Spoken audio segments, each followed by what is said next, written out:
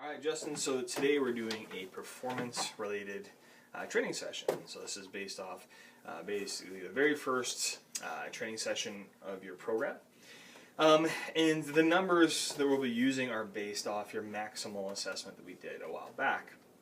Now with that, looking at the data, I was able to kind of suss out where your aerobic threshold is. And the aerobic threshold, or sorry, anaerobic threshold, not aerobic. Your anaerobic threshold is basically the point that you're producing, I guess it could be also called your lactate threshold. You're producing more lactate, or basically more byproduct, than your body's able to flush out. And what we end up seeing and what we saw in the data is that, especially your RPE, which is your rate of perceived emission, that scale of 6 to 20 that we used last time, that spiked, or just had a deflection point at the same time that I believe your heart rate did. The heart rate wasn't a huge deflection point, but there was these deflection points all at the same point. Those gave us the data of 3.5 miles an hour of speed and an incline of 8.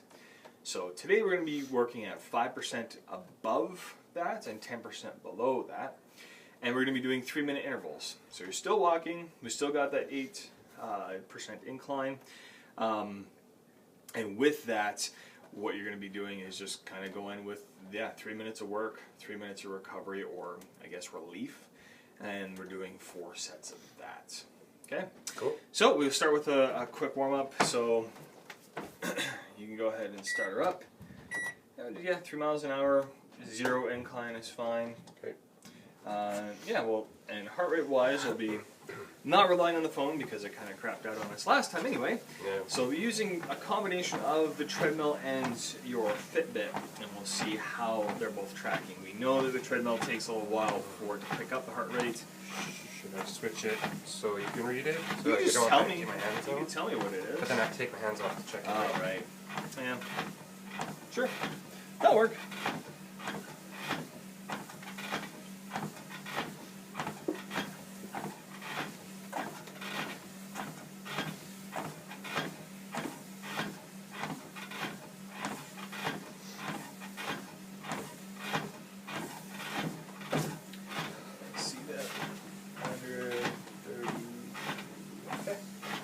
Read that. 130, and this one will probably take 30 seconds on the treadmill to come to a similar number.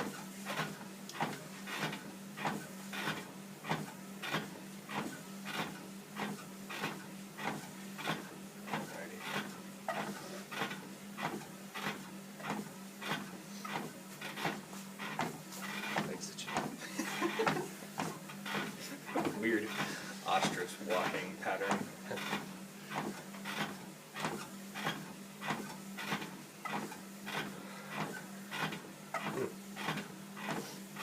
Okay, that dropped, and that's up. Yay. Okay, now they're kind of similar. Yeah, they're getting right in there, because that was at 102 last I checked, that's 105. And then it jumped up to 109. Huh? And then it reverted to your wristwatch clock. So we know this is a good backup if this goes haywire, but we'll use your Fitbit. So because it's my hands on? Yeah. Okay. So it's just a little bit more natural in that way. Yeah. Alright, cool. Alright, final 30 seconds of your second relief period.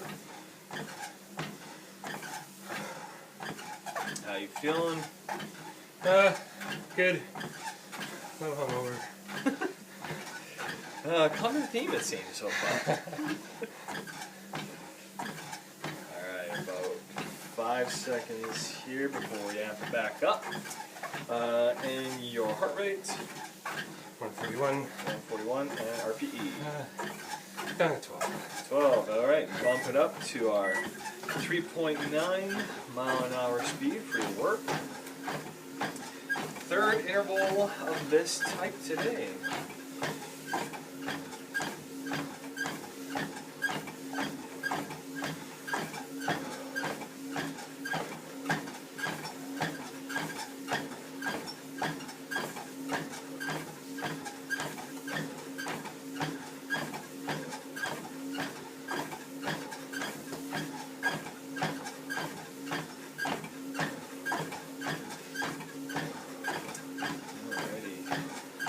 15 seconds until we check in.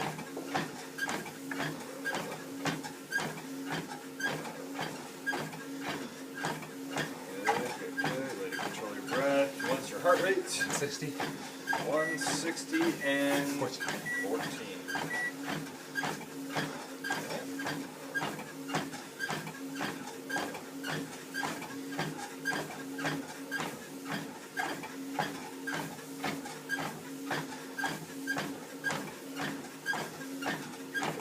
Keep it up. Stay focused. Just keep the legs pumping.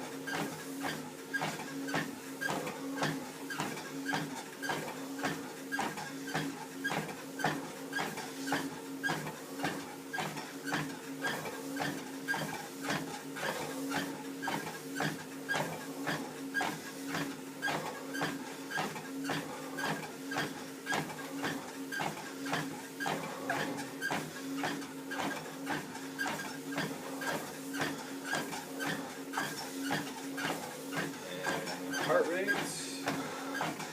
What? 145. 145? Yeah.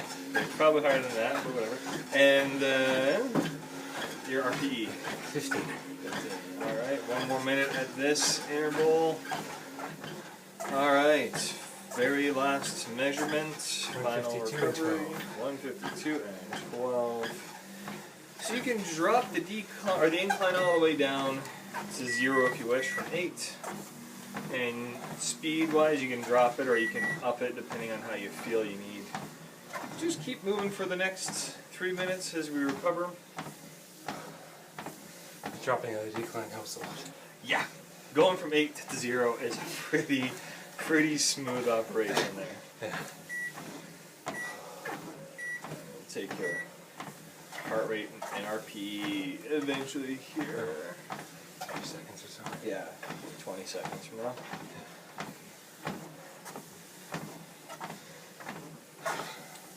And then once you're done your cool down here, we'll do some number crunching and reconvene and see how this session pans out compared to the rest of the data we have. All right.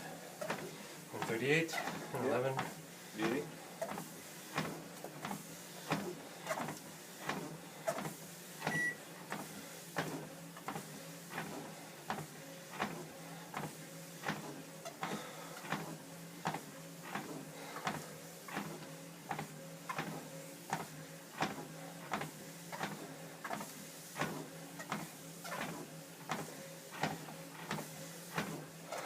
When I always think of like work rest or work relief intervals, kind of like seasons, like winter and summer, where the intensity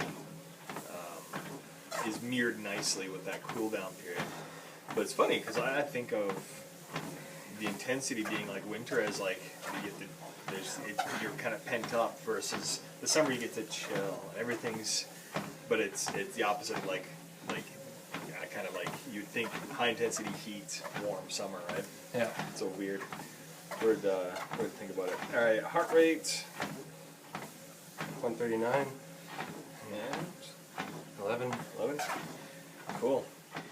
All right, so after your cool down and just kind of taking a look at the values from your aerobic threshold from the maximal aerobic test.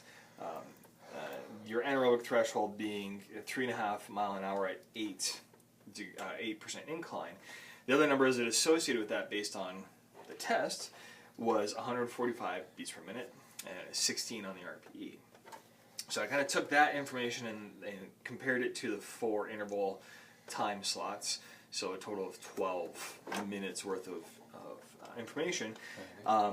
So in your first work interval, so minutes 1 through 3, you're under those values both, right? The second work interval, so minutes 7, 8, and 9, your heart rate went above 145 for minutes 8 and 9. Your RPE stayed under 16. We got to minutes 13, 14, and 15, which is your third work interval. Your beats per minute, your heart rate was above 145 for all 3 minutes, and your RPE was above or at or above 16 for just the final one. interesting thing to note was on the second relief interval is that your heart rate almost stayed near 145. So basically between 141 and 154 for that entire 3 minutes before going back up to basically 160 for 160 to 164 basically for the third interval. Same sort of display on the third relief interval where basically 140 to 150 through that relief. So you're kind of flirting with that anaerobic threshold even through your relief. And you can see that data as your RPE increases for the fourth one and your heart rate increases. So you cleared that threshold of 145 and 16 on minutes 20 and 21, but not minute 19. Then your overall relief interval for the fourth one was higher, right? We're looking at like 150, 152, 137 might have been an aberration. I think we had probably about 3 aberration measurements.